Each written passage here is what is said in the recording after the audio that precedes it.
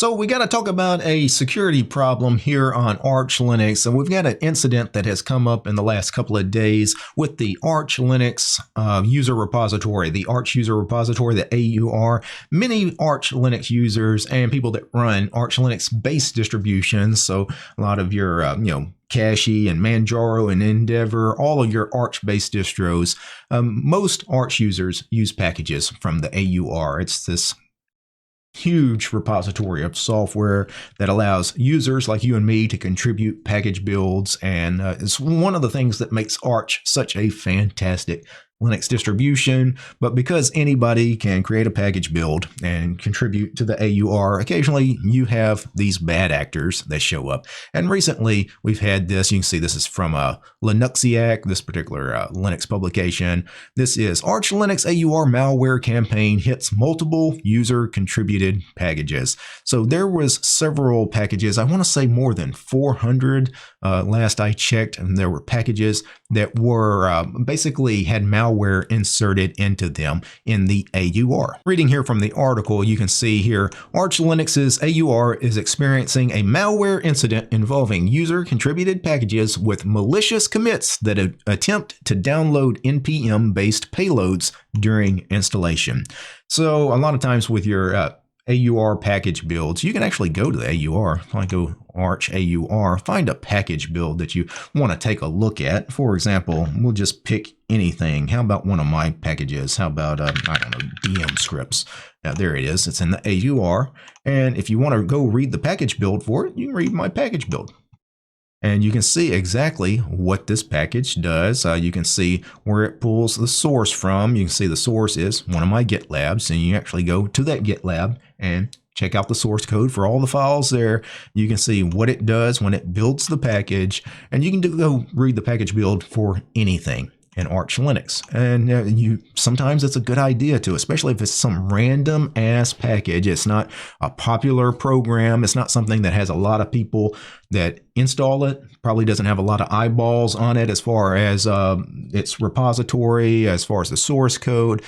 Maybe check the package build. Make sure it's not going to do something malicious like install something that it really shouldn't be. Now, this issue was first reported on the Arch Linux AUR general mailing list, where contributors began tracking all the affected packages. And this all started just a couple of days ago. So, long story short, if you've installed packages from the AUR, then as long as you haven't updated in the last couple of days the AUR packages, you're safe, because all the malicious stuff happened in the last couple of days where they're trying to insert all of this, extra stuff. So if you haven't updated your AUR packages in a while, like me, I go months in between updating the AUR packages. I don't have a lot of AUR packages installed on my machines. On my home computer, I've probably got a lot more than this computer. I try not to install anything from the AUR on this production machine here at my office, where I do most of my video content. At home, I probably got 30 packages maybe installed from the AUR, and I can't remember the last time I updated them. It's got to be weeks, if not months. So in my case, I don't have to worry about anything. The main thing is, don't update anything right now. Wait till they get the problem solved, then update. And if you're worried about it, you can always check and see what you have installed, and maybe check against the known malicious packages. I think there's some list of the known malicious packages out there. But how would you figure out what you have installed on an Arch Linux based machine as far as your AUR? As far as your AUR packages, well, you can run this command. If I zoom way in, let's clear the ASCII art there. Do a pacman-q, capital Q, lowercase m. And you can see I don't have much of anything. This is very light as far as AUR packages on this machine.